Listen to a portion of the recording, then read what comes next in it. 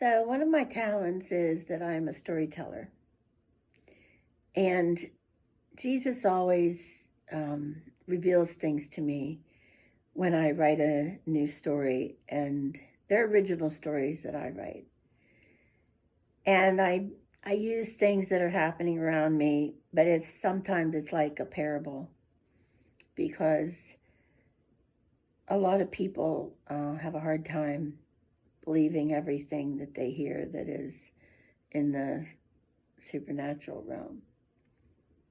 So this story is about a rose bush, and the name of it is A Rose is a Rose is a Rose. So in 2011, I lived in a beautiful 3-story home that was 100 years old.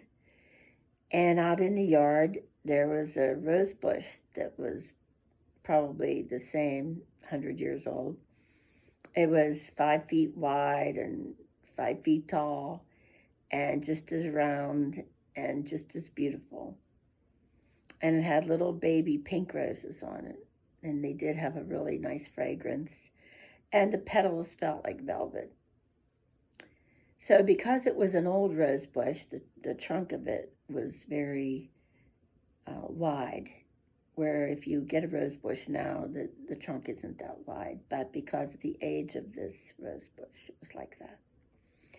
So down at the trunk, there were spaces. It was as though the roots had gone down in the dirt. But then through the years, there had been like spaces that came up in between the roots. So there was like a space like this. So there would be a root like a couple inches wide, and then there would be a space like that. And then the dirt down here, and then the trunk up there. Anyhow, it went around like that, and there were a lot of spaces and a lot of roots to make the circular of the rosebush trunk. So I'm walking through the yard one day, and there was a garter snake on the ground, and it was slithering, and it was very small, and it was black and scooting through the grass, and it went right over there, and it slithered right down inside of one of those holes in the rosebush. And then it went down and disappeared. So that wasn't the only time that I saw that. And so I began to write a story about it. So the story goes like this, that we all in our personality believe that we are like that beautiful pink rose. We smell good. We feel good to the touch. And, you know, if somebody chooses to pick off one of the roses, we decorate their house, you know, very nice. We believe that about ourselves.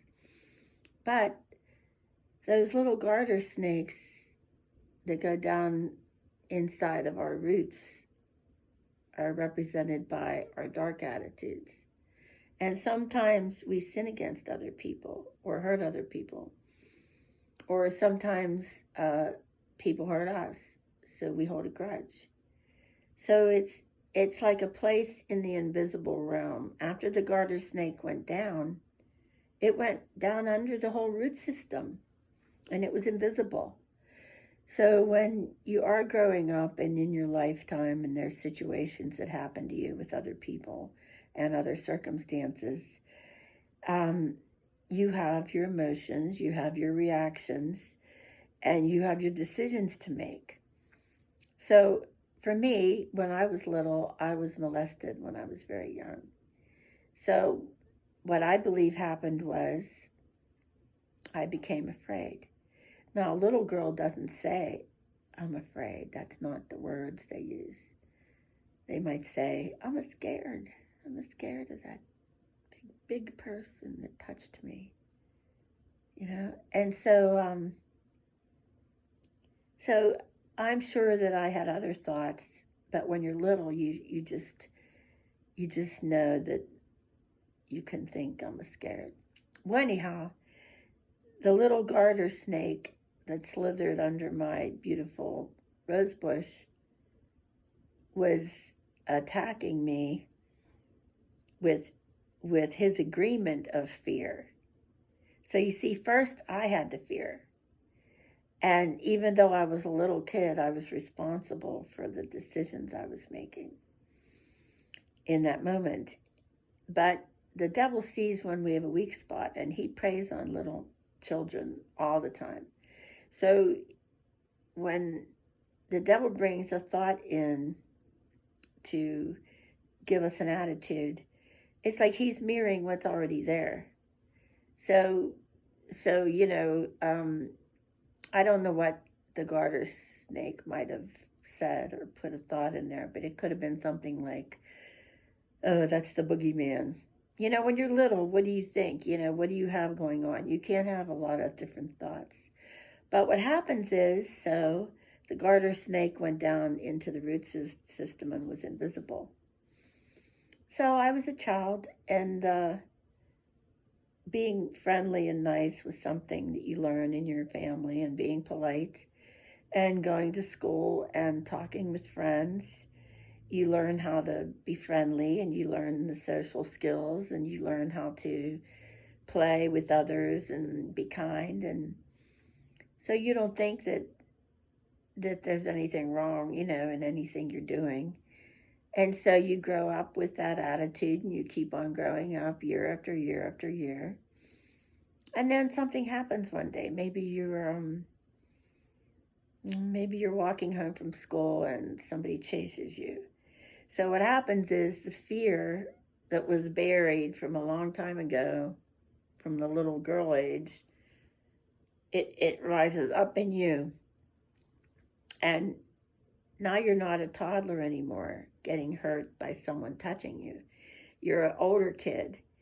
And so the snake doesn't remain in that child place either of what he says or whispers in your ear. The snake is growing up as you grow up. And so, maybe you're, let's say 12 years old. So I'm 12 years old and someone starts chasing me down the street. So the fear comes up in me. But it's a buried fear from when I was little, and then it's rising up. And so the snake isn't little anymore. The snake is rising up and says something else like, who is that rotten person? You're going to go home and tell your parents and call the police. Now, you might think that's a normal thing to think. Well, it sort of is normal. But the negativity of it is what I'm trying to express to you. And the fear was originally my fear. And then the devil came and agreed with me. And then as I got older, I agreed with him. So you see, it's a buried thing that is not anything that anybody's aware of. So another day, you might feel low self-esteem or low self-worth or self-hatred. Where does that come from? It comes from all the different negative experiences that you've had since you were growing up. In my childhood, I was yelled at a lot and retreated a lot into silence. I also was told that I was confused and I didn't have any common sense. I had a lot of condemnation come at me, a lot of bad words were spoken over me. And my mother used to say a really bad sentence to me when I wouldn't obey her. She was so furious. And she would say, I born you.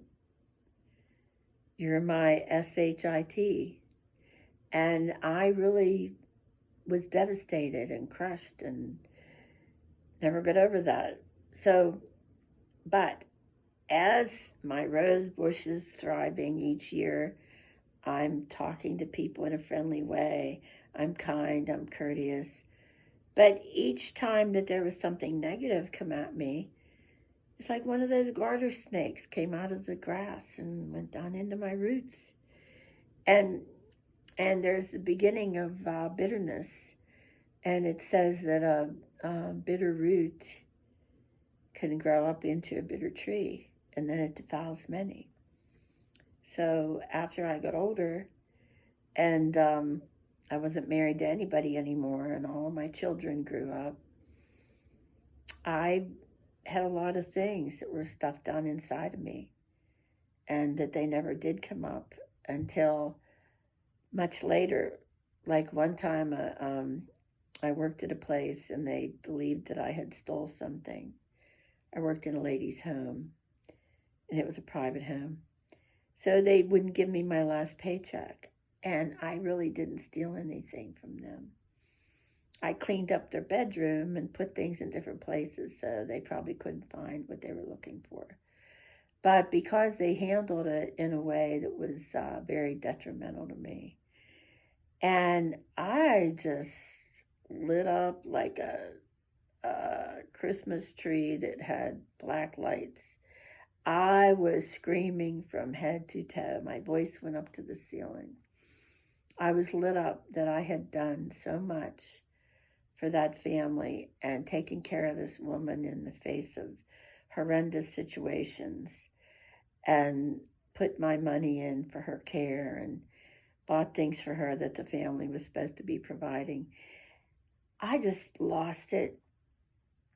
And at that time, I believe all of those snakes came up and just exploded out, like you've seen the picture of Pandora's box. Well, who would have known? Who would have thought? I mean, my whole life was spent being courteous to people, being kind, being friendly. I mean, that went on for every day, 365 days a year for a long time. But then I blew my stack. And then I realized after that I needed to do some searching and for answers and to know why I would explode. I was being not really abandoned or rejected, but I was overlooked and not respected and falsely accused of stealing. And so those things, and when you get lied about and you're lied about from other people and it's not true, it just, for me, it brings something up in me that isn't right to defend myself. So I went through a few years like that of having some hair trigger explosions, verbal things that were outbursts, and because I had held everything in for years. So then the years went by and I thought, well, I need to make sure I don't let all that out anymore. So I began to search for ways to correct myself and to compensate and to handle it and ask God to heal it. There were a lot of prayers I prayed and tried to get help in that area. But then after a while, I realized that I needed to tell other people because, you can go sit in a psychiatrist's office and they might look at you and say, well, you didn't live up to your potential. That's what's wrong with you. Or take this pill and this pill will make all your troubles go away. Well, I just don't believe in the antidepressant medication that it can take your troubles away. And it can't solve the problem of what's inside and what's buried that you never were able to forgive someone or get rid of a feeling about yourself of low self-esteem or low self-worth or self-hatred. Those things are buried inside of you, and no psychiatrist or counselor or therapist can help you. So you do have to figure out yourself what's inside of you.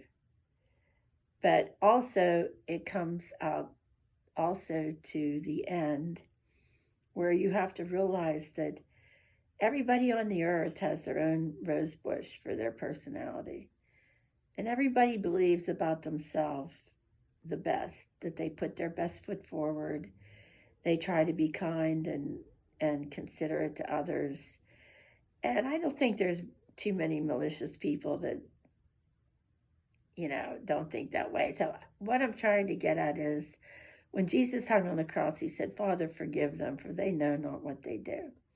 So I think that other people have an opinion of themselves that maybe they didn't hurt me, or maybe they didn't say anything to hurt me, or their tone of voice wasn't wrong. It shouldn't have hurt my feelings.